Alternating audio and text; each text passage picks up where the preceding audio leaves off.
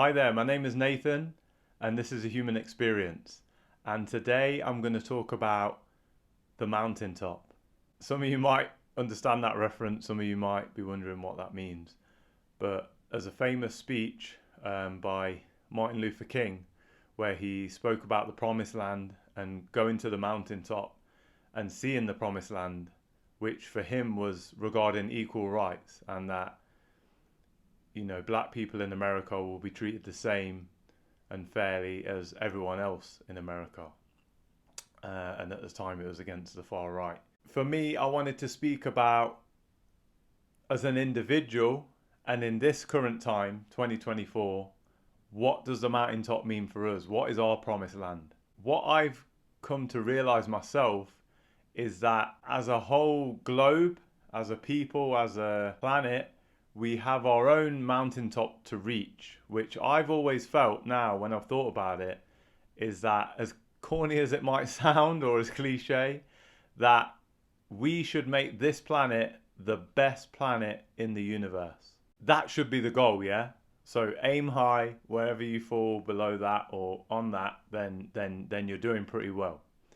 And I do feel since that time of Martin Luther King's speech, and many other times before that, humanity has gone through difficulties. Civilizations have come and gone, and obviously they haven't managed to fulfill that dream.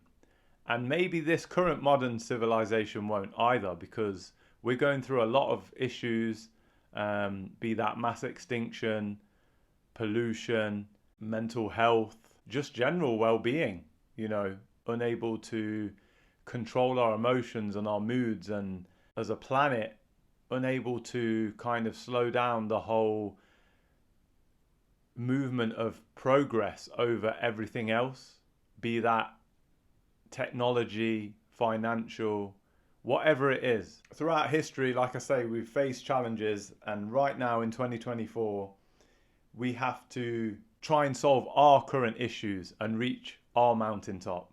Now, as well as globally, I feel it happens on an individual scale as well.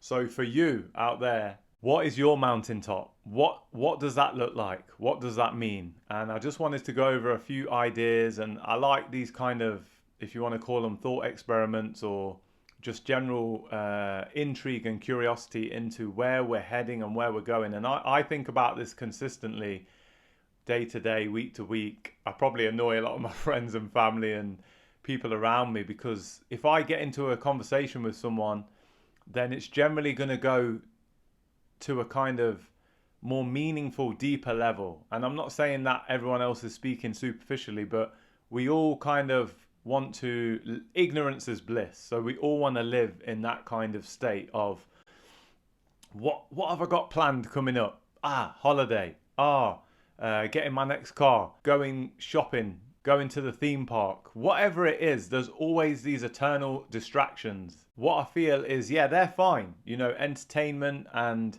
fun and everything has its place, and it's kind of the reason we maintain this planet, in order to carry out them things, to be creative, to learn, to have fun, to group together, to share in that prosperity in a certain degree.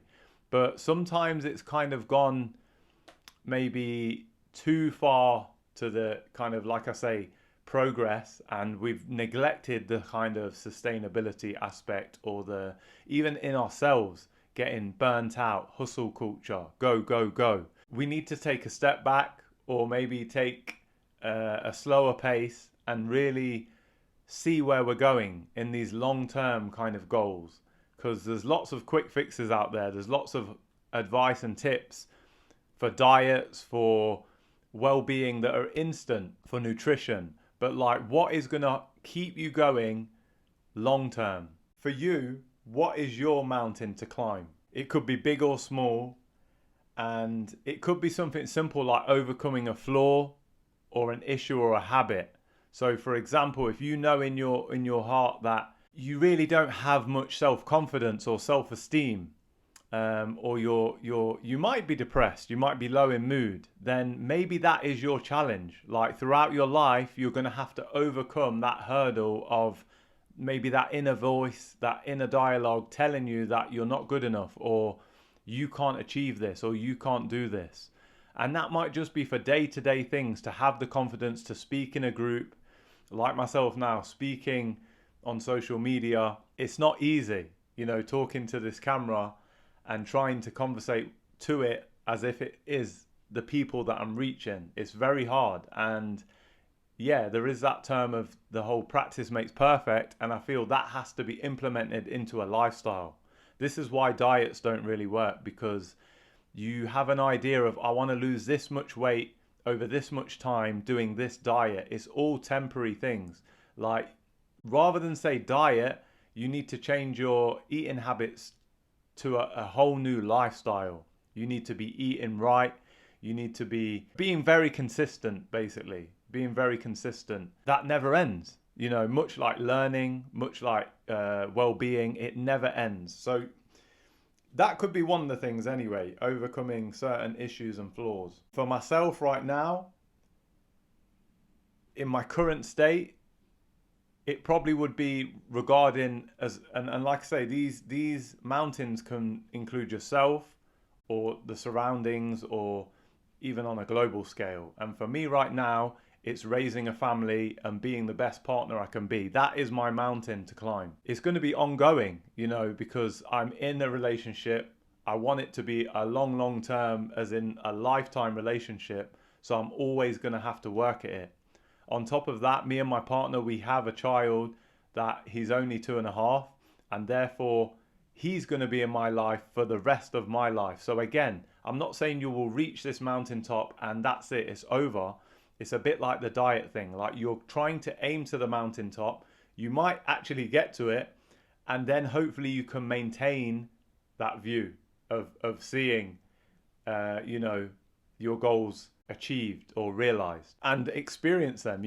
Being a great partner, being a great dad for myself. Like, that's things that I want to experience day to day. And it's not going to be every day, and it's not going to be every year, but you just aim for that. And if you fall a little bit short, at least you're trying, you're doing your best.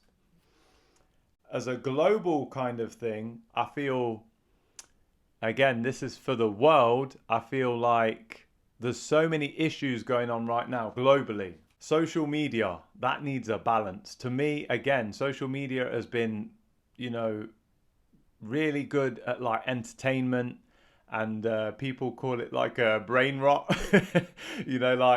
just overindulging in like YouTube shorts, or, I think it's on X now, the old Twitter, drama and entertainment has been fantastic. And sometimes for communicating good things, like information that needs to be out there, but there's also the other side of the fake news and stuff like that. So I think we need to balance that within social media, the overconsumption and all that, with managing it properly, using it as and when you need to use it as a tool, educating people, whether that's young, old, wherever you fit, and teaching and learning. It's such a good tool, like social media, for like spreading good information, even with doing videos like tutorials and stuff like that, whether it be cooking, whether it be parenting, whether it be learning a sport, learning a musical instrument. Is fantastic for that. It is, how could you not want that, to be part of what this tool is used for? So yeah, as well as spreading, like I say, all the other stuff, it's very useful. Again, as a global kind of topic, the mass extinction of our plant life, our flora and fauna, and also the animals within it, be that land, sea, air, like it's all happening on every scale, insects to like big marine mammals. Like, what are we doing? I can see certain things which I don't think are unique to me. I think we can all see it. And in our consciousness, the reason we're sometimes troubled by the environment and things that are going on, and we're getting this anxiety, is because in our conscience, it's like we know something's not sitting right. You know what I mean? It's like if you had an argument with someone and maybe you feel actually you were in the wrong. It doesn't sit right. And then you either have to make it back up to them, or apologize, whatever it is, to put things right. And I think that's how it is with the planet right now. We just want to put things right. You know, why are the insects disappearing? Why is marine life at an all-time low?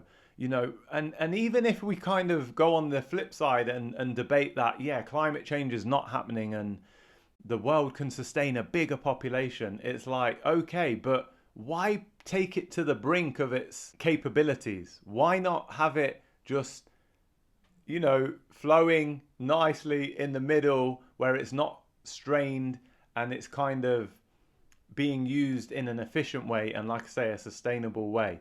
So yeah, for me, like I say, we don't need to fill the planet up to the top. You know what I mean? We don't need to, you know, exterminate all life until it's just hanging on. Like, why not let it flourish? You know what I mean? Like, we want to flourish, like we want the future generations to flourish. And a lot of this, I think, is in the name of progress. You know, you'll see it with businesses, you'll see it with people's feeds and that online, that they're always doing better and better and better. And you can't always do better and better and better. Sometimes just maintaining is enough. For example, let me use like training, for example, like bodybuilders. Think about it. They have a goal to become maybe Mr. Universe, and then they reach that goal. There's no higher to go, but it's not like they're a failure once they reach that peak and they don't just maintain it, or sometimes drop off because they're getting older and because they're not in their peak anymore. And this is how it is with businesses. You see someone like, you know, these big online retailers, that they're not going to always maximize profits every year. Even if they maintain or they dip a bit, it's fine. Like, there doesn't always need to be growth. Sometimes it's just maintenance and stability is more important. And I think that feeds back into the planet. Also, another thing with this current society is the kind of, with the whole AI and the artificial kind of VR stuff, it's like we're lacking that real connection. You know, it showed in lockdown with Zoom calls and having that disconnect. Like, we are social creatures and we need to be in contact, like face to face, or doing something in some form, you know, whether that's sports, whether that's coffee mornings, whether that's going to some kind of event that is social. We need that. We crave that. We can't just sit on a call with 20 people on a screen looking at their face through the screens, you know, like, and listening to them. It is artificial. As real as it seems, it's very good for, like I say, long distance stuff, but we still need that deeper connection. So we're missing that for sure. And again, I want to relate it to myself to say that, as well as I said, my individual mountain of raising my son and being a great partner as best I can, I also want to tackle the problems of today in an awareness way. And this is partly why I started this channel, The Human Experience, because it's so hard to pinpoint and put your finger on it. And I feel like this is why we're seeing things as, like, are becoming a little bit dated, like the school curriculum and religions to a certain extent. They just need updating. You know, there's an Old Testament and a New Testament. Like, there's a reason I feel for that is because things need updating. You know, there's the original Windows and then there's a new Windows, you know what I mean, on Microsoft. Like, there's the old Mac system, there's the new software. So everything needs updating. That's not a bad thing. So I feel like for me, doing this channel, it was all about connecting with people, doing the interviews, getting their insights, but also spreading that message online. And I know it seems a bit contradictory that I'm using social media, but again, I said it's not a problem. It's the way you use the tool. So if it is in a learning and educational way, and even a bit of fun, a few laughs along the way, then that's fine. But it can't just be meaningless and have no value in the end, because it just will be forgotten. You know, it's like this throwaway music or, you know, box series that are made that are like,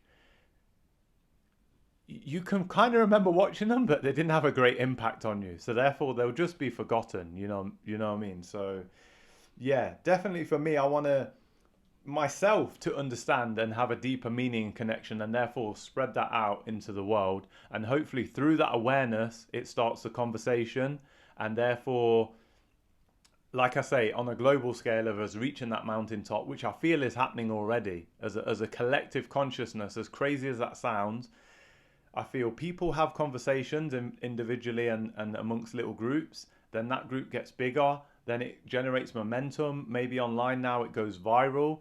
And then it becomes mass awareness. And then hopefully something's done about it because the movement sways that way.